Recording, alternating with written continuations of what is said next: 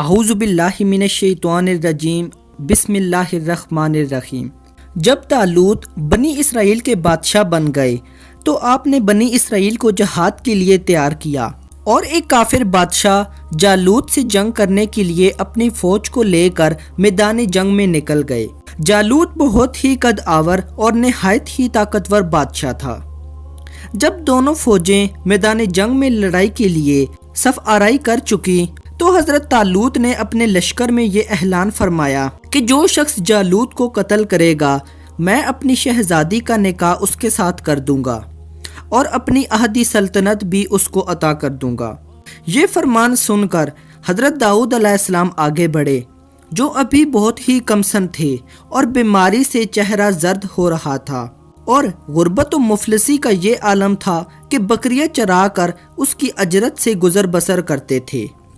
روایت ہے کہ جب حضرت داؤد علیہ السلام گھر سے جہاد کے لیے روانہ ہوئے تھے تو راستے میں ایک پتھر یہ بولا کہ اے حضرت داؤد مجھے اٹھا لیجئے کیونکہ میں حضرت موسیٰ علیہ السلام کا پتھر ہوں۔ پھر دوسرے پتھر نے آپ کو پکارا کہ اے حضرت داؤد مجھے اٹھا لیجئے کیونکہ میں حضرت ہارون علیہ السلام کا پتھر ہوں۔ پھر ایک تیسرے پتھر نے آپ کو پکار کر عرض کی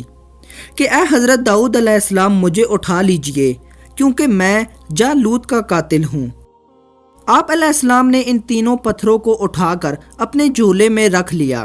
جب جنگ شروع ہوئی تو حضرت داؤد علیہ السلام اپنی گوفن لے کر صفوں سے آگے بڑھے اور جب جالوت پر آپ کی نظر پڑی تو آپ نے ان تینوں پتھروں کو اپنی گوفن میں رکھ کر اور بسم اللہ پڑھ کر گوفن سے تینوں پتھروں کو جالوت کے اوپر پھینکا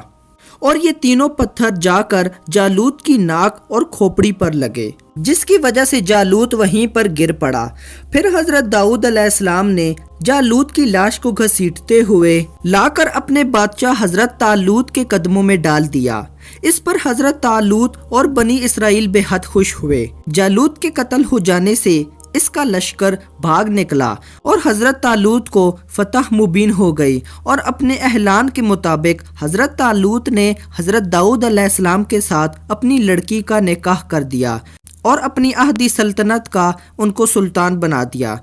پھر پورے 40 برس کے بعد جب حضرت طالوت کا انتقال ہو گیا تو حضرت داؤد علیہ السلام پوری سلطنت کے بادشاہ بن گئے اور جب حضرت شمویل علیہ السلام کی وفات ہو گئی تو اللہ تعالیٰ نے حضرت داؤد علیہ السلام کو سلطنت کے ساتھ نبوت سے بھی سرفراز فرما دیا۔